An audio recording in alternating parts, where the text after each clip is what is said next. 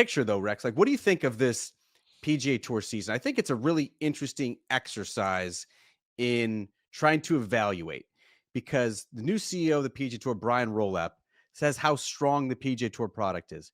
He says how much momentum the PGA Tour product has. And yet, at the Tour Championship, the final event of the regular season, he was essentially promising monumental seismic changes to the PGA Tour. And a golf outsider was brought in to do those sorts of things. So I guess two things can be true at the same time. You can have a product that is back on the upswing and sort of has stiff armed or given Live Golf the Heisman, but you could also have a product that is ripe for some pretty significant changes. Big picture, zooming out, where do you see with the PGA Tour right now? It was interesting last week because Harris English was kind of asked a question that really wasn't about this, and he immediately made the jump to the idea of how you and I both have talked about 2026 being a transition year, and 2027 there is a lot of feeling, there's a lot of ideas that that's going to be a vastly different look for the PGA Tour. We're talking about a really condensed schedule, just top events in the biggest markets with the best players, and we're not going to have a 40 something event schedule anymore. I imagine something closer to 20, 25 events is what we would be looking at. This goes back to something that you and I have talked about in the past. I think that's where Brian Rolap wants to go. He hasn't voiced that. And I think there's only a handful of people who are actually in that room, the future competitions committee room, who know for sure.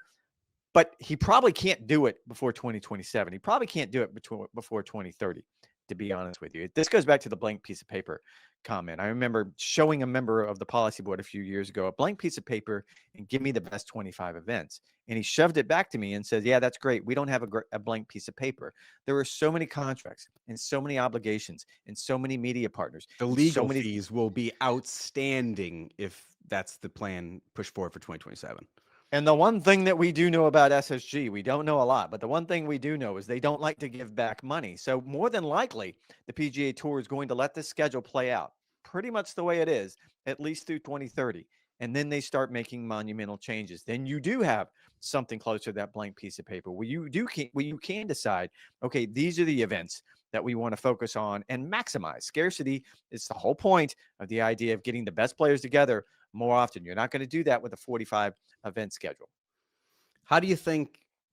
How many calls do you think Brian Rolap received on Wednesday afternoon after that press conference with Harris English, who, if you did not see, essentially suggested the PGA Tour would be starting after the NFL season ends? It would be you could either view it as eliminating the signature events or expanding them to basically just make a entire schedule of signature events, talking about the fall and what could potentially happen there as well. That I don't think that was a trial balloon. I think that was just Harris English answering a question really honestly, like, "Oh yeah, here's what I heard. Let's just keep it among friends." And obviously, it blows up and it goes on social media. I don't think like the PG Tour was ready, and so it's really hard to actually look at this seriously and genuinely because this was just one of the ideas. The Future Competitions Committee, I believe, has only met once at this point, and there's a handful of players who are on there: Tiger Woods, Patrick Cantlay, Adam Scott, Keith Mitchell, Maverick McNeely, Camilo Villegas. Like those are the players who are in the room. It is far from a done deal, but I cannot imagine that went over pretty well at PGA Tour HQ. I was told by someone, and this is going to be hard for me to say because Harris English went to Georgia, and I can't talk much about Bulldogs because you take offense to it very, very quickly. I was told by a tour official that no disrespect to Harris English, but there's probably no one on the planet who is less qualified to talk about the future of the PGA Tour. And that's again, I'm not being mean to Harris English or any other player. It's what they do. They talk about it's their tour, it's their future. I understand why they have sort of a vague interest. I think by and large, tour players are very insular people because they want to do one thing really, really well. That doesn't leave a lot of time to sit around and gossip about other things. So he has probably heard a handful of things in passing, whether that's in the locker room or listening to you and I's podcast. And he's put them together, and this is what he imagines would happen. So I'm not quite sure many alarm bells went off in Ponte Vedra Beach because the way things stand right now, we're going to see the status quo, at least for the foreseeable future. And yes, there is monumental change coming to the tour, but it's not coming anytime soon. And I'm not even quite sure that Harris even had the particulars correct because I don't know that the PGA Tour is that worried about the Super Bowl because if Phoenix has taught us anything, is you can build a tournament, a pretty fun tournament around the Super Bowl. So I don't even know if that's an issue. Yeah, I think the general idea of delaying the PGA Tour season is probably one that they should look at. And even if Harris was not exactly correct, it does at least Oh, hint at what Brian Roloff had said at the Tour Championship in yeah. Eastlake with the three principles that he is going to be doling out, not just in 2026, but beyond. That's scarcity, that's parity, and that's simplicity. Simplicity, I think, sort of reared its ugly head at the RSM Classic. Folks like you and I loved it. If you're really into the game, if you're really following the entire FedEx Cup fall and the FedEx Cup race for the top 100, you probably loved what happened on Sunday.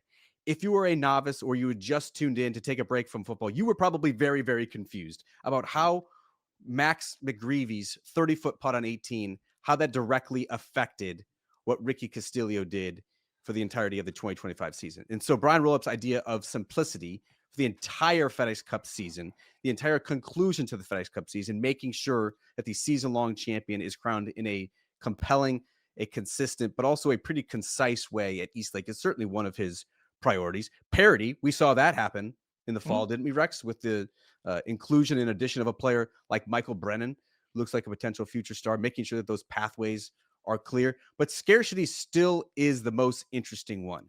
And if Brian Roloff's saying it and Harris English is sort of illuminating that idea as well, that to me is the one that still has the most traction. And I think that's certainly the one that's going to cause and create the most eyeballs. And it's going to cause the most anxiety among not Yeah, just players, but sure. tournaments and tournament sponsors and tournament organizers. And you understand where the anxiety is coming from. Like it's if you're looking at yourself in the mirror and thinking to yourself, "Yep, I'm about to be scarcity," because that's a key characteristic. That's what Brian Roll Up call it. So yes, I'm going to be a little concerned about that. I will say, and you're absolutely right. I was on the call, so I was probably listening a little bit more intently than your average golf fan. And there was a couple of times when I was trying to connect some dots. There was a moment with Mm. Doug Gim on the 18th hole where he needed a birdie putt to get inside, but he still needed some help. And it is difficult and it's hard to connect those dots just with the way the math adds up. I would counter and say most of the events in the fall, this one included, probably more so, it's not going to pull in outside eyeballs. These are probably pretty passionate fans if you're going to tune in on an NFL Sunday. I think that's just or week 12, I think, in college football. Like there's too many other things going on, to be quite frank with you. The counter to that is I do think the tour, and to pat Golf Channel on the back a little bit, have come a long way since Steve Sands standing at the whiteboard at Eastlake. Like I do think you can paint a little better picture when it comes to exactly what's happening, even if your average sports fan isn't going to get it. Give me a double box, give me a quad box, give me an octo box on RSM Sunday. I would absolutely love that. Just to put a fine point on this and put a bow on the PGA Tour season, Rex, what is like your biggest outstanding question? Because is it the product getting so optimized that it just feels like a super league for investors? Is it the if we go in this direction of having a limited number of events, a Rory Scotty showdown doesn't slap as hard as it potentially could? Is it how do you incorporate some of the best international events in the DP World Tour into the schedule? Is it what you're going to do with the fall? What is your biggest question moving forward with the PGA Tour?